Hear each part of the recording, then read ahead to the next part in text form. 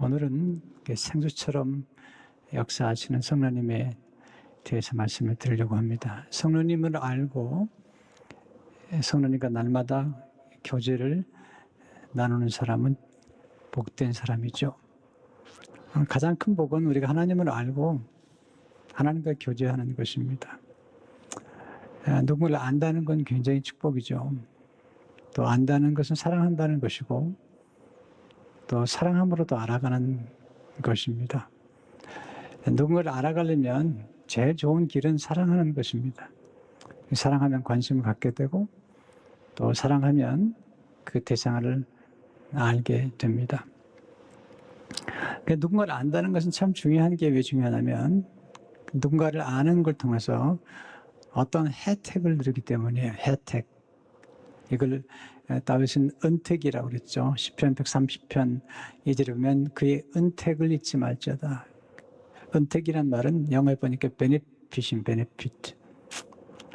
우리가 성령님을 알므로써 우리는 많은 혜택을 누리게 되죠. 은택을 누리게 됩니다. 성경은 하나님을 만나서 혜택을 누린 사람들의 이야기예요. 아브라함이 하나님을 만났죠. 하나님은 그에게 복을 주셨어요. 그게 혜택이죠. 놀라운 역사가 전개되는 거예요. 여러분, 우리가 어떤 좋은 사람, 또 우리에게 도움을 줄 수 있는 사람만 만나도 우리는 그 사람과의 만남을 통해서 엄청난 혜택을 누리게 되죠. 그분이 또 다른 분을 소개해주고 이러는 가운데 우리는 혜택을 누리게 되는데 하나님을 만나게 되면 하나님을 알게 되면 엄청난 혜택을 누리게 되죠.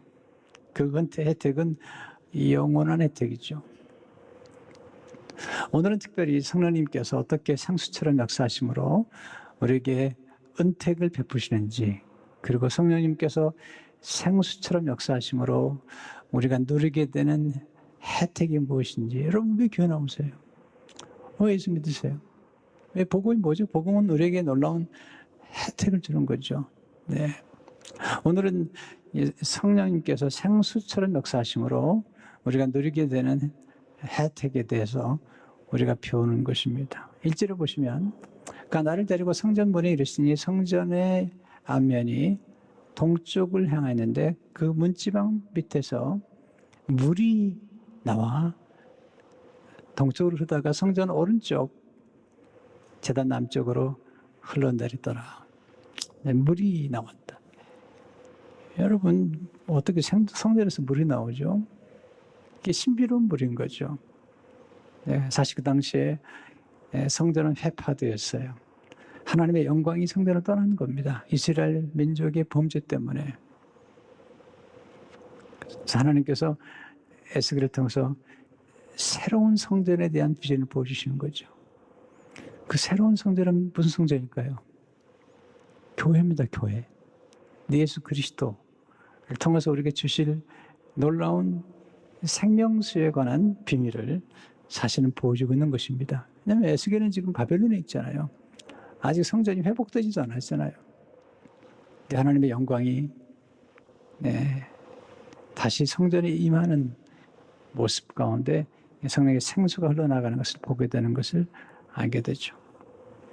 자, 여기서 배우는 첫 번째 교훈은 하나님의 시선은 생수가 흘러나오는 성전에 있는 것입니다. 시선이 중요하죠. 하나님의 눈길이 어디 있는지, 우리의 신앙에 성숙하다는 것은 하나님의 시선이 머무는 곳에 우리의 시선이 머무는 거죠. 하나님의 눈길이 머무는 곳에 우리의 눈길이 머무는 것이죠. 왜? 그것이 하나님의 관심과 거기에 하나님의 뜻이 있기 때문이죠. 에스겔 37장에 보게 되면 하나님의 눈길이 골짜기에 마른 뼈들에게 있습니다. 하나님의 관심이 거기에 있었고 하나님은 그 골짜기의 마른 뼈들을 다시 살려서 군대가 되게 하시죠. 47장에 가면 하나님의 눈길이 성전에 머물고 있습니다. 오늘 나 같으면 하나님의 눈길은 교회에 머물고 있습니다. 그리스도 교회, 그리스도의 몸된 교회에 머물고 있습니다. 에스겔을 데리고 성전에 가본 환상 가운데 보니까 거기에서 물이 흐르는 거죠. 1절을 보세요. 그 나를 데리고 성전 문이 이르시니 성전의 앞면이 동쪽을 향하였는데 그 문지방 밑에서 물이 나와 동쪽으로 흐르다가 성전 오른쪽 제단 남쪽으로 흘러내리더라. 근데 이 물이 놀라운 물이에요. 왜냐하면 물이 흐르는 곳마다 죽은 바다가 되살아나고 그리고 고기가 많아지고 그 나무에 열매를 맺히고 그 나무의 잎사귀가 망국을 치유하는 약재료가 되는 거죠. 9절 12절을 보시면 이 강물이 이르는 곳마다 번성하는 모든 생물이 살고 또 고기가 심히 많으리니 이 물이 흘러 들어감으로 바닷물이 되살아나겠고 이 강이 이르는 각지의 모든 것이 살 것이며 또 이 강가에 어부가 살 것이니 엔게데스부터 에네글라임까지 금을 치는 곳이 될 것이라. 그 고기가 각기 종류를 따라 큰 바다의 고기같이 심이 많으니와 그 짐벌과 갯벌은 되살아나지 못하고 소금 땅이 될 것이며 강 자국가에는 각종 먹을 과실 나무가 자라서 그 잎이 시들지 아니하며 열매가 끊이지 아니하고 달마다 새 열매를 맺으리니 그 물이 성소를 통하여 나음이라. 그 열매를 먹을 만하고 그 잎사귀는 약재료가 되리라. 여기서 되살아난다라는 히브리어는 라파입니다. 라파. 라파는 치료하다, 낫게 하다, 수선하다, 온전하게 하다라는 뜻을 가지고 있죠. 하나님의 이름 가운데 여호와 라파가 있죠. 여러분 하나님의 뜻, 이런 하나님의 뜻은 하나님은 치료하시는 하나님이시라는 것입니다. 물이 가는 곳마다 되살아나는 역사가 나타나고 번성하게 되고 그리고 과실이 끊이지 않는다. 이 물이 성소에서 나온다는 것입니다. 이 생수가 놀라운 것이죠. 두 번째, 하나님은 생수는 아주 작기 시작해서 점점 풍성해집니다. 이게 굉장히 중요한 원리인데요. 저는 이 원리를 깨닫고 제 인생이 완전히 바뀌었습니다. 첫째, 하나님은 작은 물속에 큰 힘을 담아주셨죠. 처음에 이 생수는 아주 작게 시작합니다. 마치 물 한 방울처럼. 이 절을 보시면 동쪽을 향한 바깥문에 이르시기로 본즉 물이 그 오른쪽에서 스며 나오더라. 조금만 물이죠. 근데 물이 점점점 많아지죠. 하나님의 그 깊은 뜻은 작은 것 속에 있죠. 작은 겨자씨, 작은 물방울. 작은 물방울이 계속 떨어지면 바위를 뚫어버립니다. 작은 씨앗, 또 작은 생각, 때로는 짧은 기도 한마디가 놀라운 일이 벌어지는 거죠. 에머슨은 작은 씨앗 하나가 숲을 이룬다고 했어요. 숲. 거듭 우리는 이 작은 것의 소중함, 작은 일에 충성하는 것, 이걸 기억해야. 두 번째로 하나님은 길을 따라 물이 흐르게 하시죠. 길을 따라 물은 길을 따라 흐르죠. 우리 몸도 이 피가 흐르는데 혈관이라고 하는 길을 따라 흐르게 되죠. 길이 중요해요. 이 물은 길을 사랑합니다. 길이 막히면 기다리다가 길을 열고 가죠. 이 길이 누구죠? 예수 그리스도시죠. 요한복음 14장 6절에 보면 예수 그리스도 내가 곧 길이요 진리요 생명이니 나로 말미암지 않고는 아버지께로 올 자가 없느니라. 예수님만이 우리를 하나님께로 인도하는 길이 되시는 것입니다. 물은 길 대신 예수님을 사랑해요. 성령님은 생수신데 성령님은 자기를 잘 드러내지 않으세요. 항상 예수님을 높여드리세요. 길 대신 예수님을 보여드리세요. 세 번째, 하나님 물을 통해서 성령님의 성품을 가르쳐 주시죠. 하나님의 성품을 가르쳐 주십니다. 물은 하나님의 성품을 닮았어요. 생수는 하나님의 성품을 닮았어요. 성품이 중요하잖아요. 성령의 열매가 중요하잖아요. 우리 인간은 흙으로 지음받았어요. 근데 사실은 흙으로만 지음받은 게 아니에요. 하나님이 우리 인간을 만드실 때 흙으로 형체를 만들 때 그때 사용했던 게 물이에요. 물. 창세기 보게 되면 비가 오지 않아요. 근데 강이 있어요. 강. 창세기에 보면 강이 나오죠. 물이 있다는 얘기죠. 더 놀라운 사실은 창세기에 보게 되면 빛이 있기 전에 물이 있었습니다. 하나님의 성령이, 하나님의 영이 수면에 운행하시, 수면에. 하나님께서 흙으로 사람을 만드실 때 마치 진흙으로 토기장이가 토기를 만들 때 진흙만 가지고 하는 게 아니잖아요. 물이 들어가잖아요. 그래서 우리 인간의 몸은 물로 되어 있어요. 흙으로도 되어 있지만 물로 되어 있어요. 사실 우리 인간의 몸의 70%가 물이에요. 그리고 우리가 처음 어머니의 몸에 들어갈 때는 그건 거의 100%가 물이에요. 99%가 물인 거죠. 점점점 물속에 어머니의 자궁 안에서, 그 양수 안에서 성장하죠. 우리가 물속에서 자라는 거예요. 그리고 태어나는데 점점점 물이 많아지고 나이가 들면 이제 물이 좀 줄죠. 젊다는 것은 물이 많아요. 그래서 생기가 돌아요. 나이가 들면 물이 점점 빠지기 때문에 주름이 생기죠. 네. 그럼 뭐 어쩔 수 없는 거죠. 그러나 우리 인간의 몸은 물로 되어 있다는 사실을 기억해야 돼요. 그래서 흙을 통해서 배워야 돼요. 흙은 가장 낮은 곳에 이미 있어요. 그리고 흙은 모든 걸 품어요. 그리고 모든 걸 변화시키고, 그리고 흙 속에서 모든 생명이 태어나요. 땅은 그렇게 중요한 거죠. 땅에서 우리가 먹는 먹거리가 다 태어나죠. 그 땅은 모든 더러운 것들을 품어서 오히려 퇴비로 만들어요. 거름으로 만드는 거죠. 생명을 키우는 거죠. 근데 놀라운 사실 물도 마찬가지죠. 이 생수의 놀라운 모습 가운데 우리는 놀라운 성품을 배워야 되겠죠. 첫째로 하나님 물을 통해서 겸손한 성품을 가르쳐 주시죠. 물은 위에서 아래로 흐르게 돼 있어요. 낮은 곳으로. 8절에 보세요. 간증 그랬을 때 이 물이 동쪽으로 향하여 흘러 아랍으로 내려가서 바다에 이르니, 이걸로 내리는 물로 그 바다의 물이 내려가는 거죠. 하나님은 자꾸 내려가라고 그래요. 예수님은 하늘 보좌를 버리고 내려오셨어요. 그 이후로 십자가로 나중에 우리를 구원하기 위해서 음부까지 내려갔어요. 마귀는 자꾸 높이 올라가라는 거예요.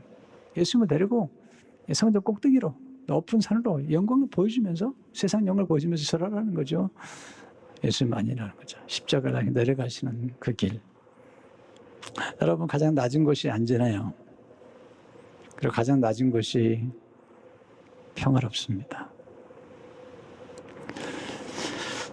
여러분, 교만하면 망합니다. 낮춰야 행복합니다. 하나님은 겸손한 자에게 복을 주세요. 여러분, 복을 주는데 그 복을 유지하고 키우는 길도 딱 한 가지밖에 없습니다. humility. 교만하면 다 빼앗깁니다. 순식간에 다 잃어버립니다. 성경은 겸손과 경외함이 주는 축복을 말하죠. 잠언 22장 4절에 보면 겸손과 여호와를 경외하는 보상은 재물과 영광과 생명이니라. 두 번째, 하나님은 물을 통해서 관용하는 성품을 가르치죠. 관용이란 품는 거예요. 품는 거. 넓은 가슴으로 품는 거죠. 바다는 가장 낮은 곳으로 내려가서 모든 걸 품어줘요. 중국의 현인이 한 말을 제가 좋아하는데요. 굉장히 영감을 주는 말이에요. 바다가 모든 강과 시내의 왕이 된 것은 가장 낮은 곳에서 모든 것을 품기 때문이다. 여러분, 바다도 보세요. 다 품잖아요. 모든 어물을 다 품고요. 정화시키고, 그리고 바다에 얼마나 많은 생명을 키우니까 작은 고기, 큰 고기, 모든 걸 다 키우는 거예요. 교회가 저는 바다 같다는 생각하는 사람이에요. 왜냐하면 예수님이 그렇게 하셨으니까. 예수님은 가장 낮은 곳에서 창기도 세리도 모든 죄인을 품으셨어요. 교회가 그래야 돼요. 가장 낮은 곳에서 모든 사람, 다양한 사람들을 품어내야 돼요. 그들을 변화시키고 그들을 키우고, 그게 교회의 역할이죠. 예수님이 품지 못할 죄는 없어요. 세 번째, 하나님 물을 통해서 온유한 성품을 가르쳐 주죠. 물은 온유하잖아요. 생수는 특별히 흘러내리는 생수는 온유해요. 홍수를 얘기하는 게 아니에요. 흘러내리는 물. 그러니까 유연해요. 변화에 적응을 잘해요. 성령님을 경험하게 되면 이 변화에 탁월하게 돼요. 요셉 보세요. 성령 받으니까 변화에 아주 유연해요. 감옥에 들어가도 유연하죠. 싸우질 않아요. 형제들과 싸우지 않고. 놀라워요. 물은 유연합니다. 더 놀라운 사실이 있습니다. 물은 끈기가 있죠. 여러분, 온유하다는 게 약한 게 아닙니다. 온유하다는 것은 사실 대단한 힘을 가진 거예요. 끈기를 가지고 그리고 기다렸다 떠나가는 것입니다. 여러분, 기다림은 포기가 아닙니다. 기다림은 앞으로 뻗어나가기 위해서 지금 준비하고 있는 것이죠.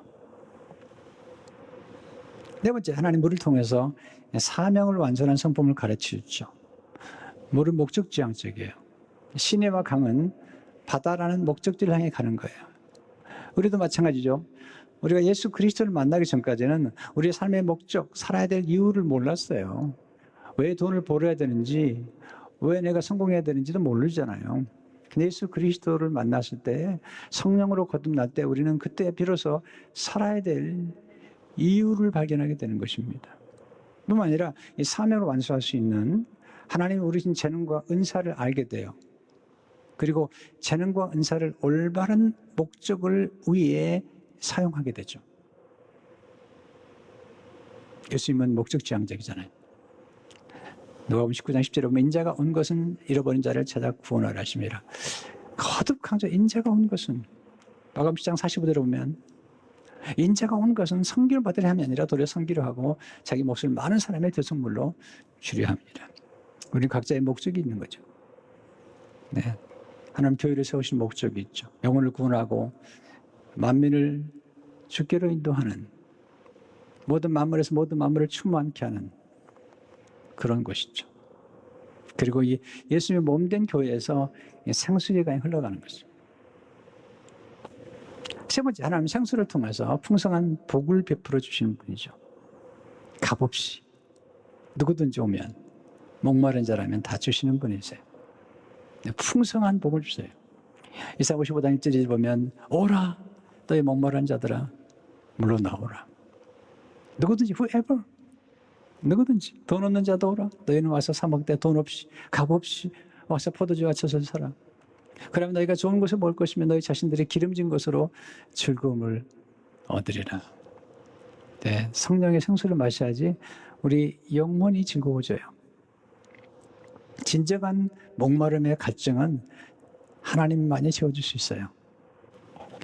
자, 여기서 배우는 교훈이 뭘까요? 왜 이렇게 물이 강조되니까 실제로 하나님은 우리 생수의 근원이 되시기 때문이죠. 성전에서 흘러나오는 그것은 생수가 곧 성전은 하나님이시잖아요. 하나님으로부터 나오는 거죠. 예레미야 17장 13절을 보게 되면 이스라엘 소망이신 여호와의 무릇 주를 버린 자는 다 수치를 당할 것이라. 무릇 여호와를 떠난 자는 흙에 기록이 되오리니 이는 생수의 근원이신 여호와를 버림이니라. 마음에 깊이 새기세요. 하나님은 우리의 생수의 근원이세요. 물을 떠난 고기가 살 수 있을지 모르지만 생수의 근원 되신 하나님을 떠난 인간은 살 수 없어요. 그러나 예수 그리스도를 통해 생수를 만나게 되면 영생을 얻게 되죠. 둘째로 생수의 근원 되신 하나님께 뿌리를 내린 사람은 복을 받은 사람이죠. 예레미야 17장 7절 8절을 보니까 그러나 무릇 여호와를 의지하며 여호와를 의지하는 그 사람은 복을 받을 것이라. 그럼 물가에 심어진 나무가, 이게 생수거든요. 그 뿌리를 강변에 뻗치고 더이고 올지라도 두려워하지 아니하며 그 입이 청청하며 가문회에도 걱정이 없고 결실이 그치지 아니함 같으리라. 여러분, 예수 그리스도 하나님을 믿는 것만큼 우리 인생에서 좋은 혜택을 누리는 게 없다니까요. 그래서 성령께서 오시게 되면 자꾸 좋은 게 보이는 겁니다. 받은 은혜가 생각나는 거예요. 축복을 카운트하다 보니까 계속해서 감사하는 게 돼요. 감사하다 보니까 자꾸 좋은 게 보이는 거예요. 여러분, 인생은 관점이죠.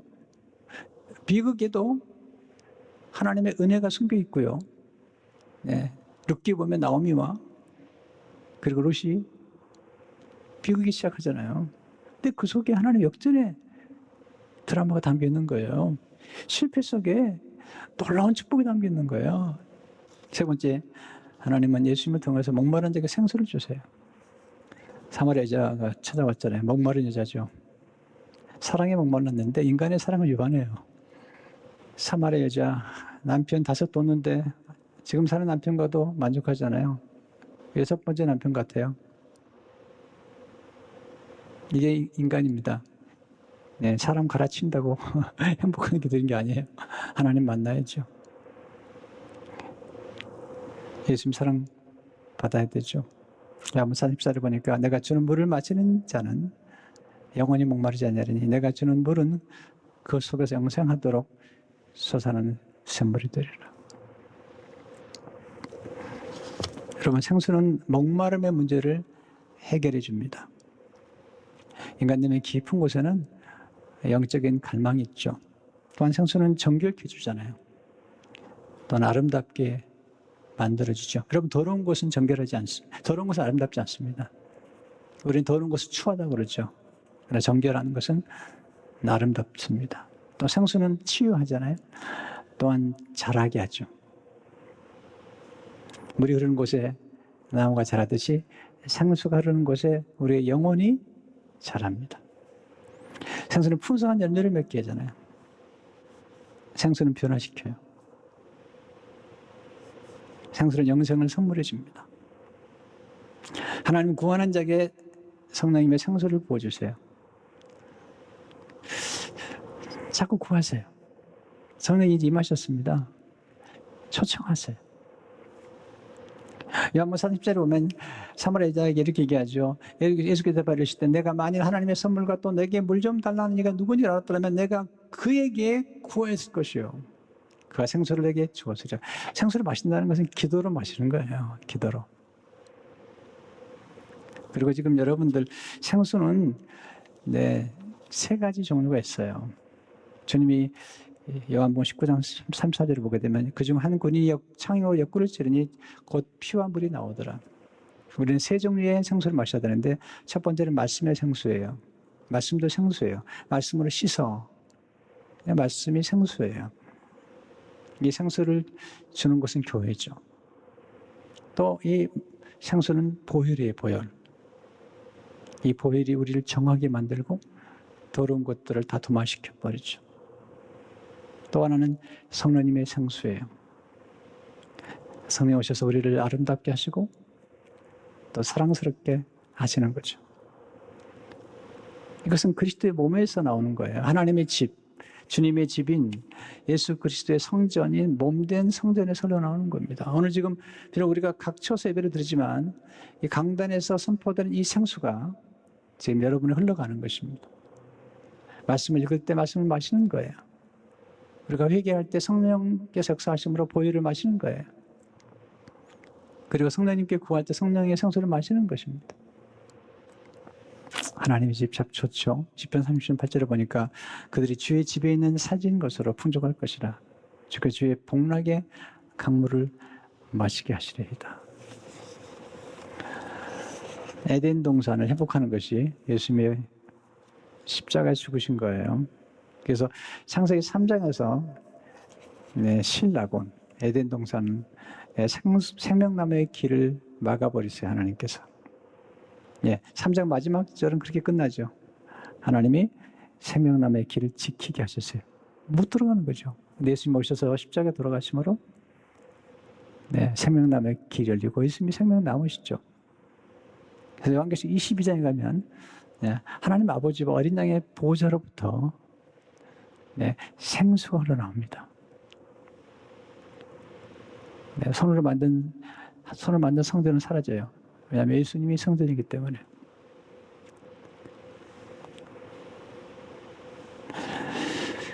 그리고 생명나무의 길을 회복하게 되고 에덴이 회복되죠. 첫 번째 아담이 망가뜨린 에덴, 잃어버린 에덴을 마지막 아담이신 예수님께서 회복시켜 주시는 거죠. 이게 성령께서 오셔서 우리에게 베푸신 은택이죠. 네, 요한계시록 22장도 성부와 성자와 성령이 같이 나와요. 오늘 여러분의 갈증이 무엇인지요? 네, 그 원천을 기억하십시오. 그리고 우리 삶을 정말 부유케 하실 분은 하나님밖에 없어요. 이 생수의 역사를 기억하고 성령님과 늘 교제하고 그리고 기도하는 가운데 성령 충만을 늘 받으시는 여러분 되시기를 축원합니다.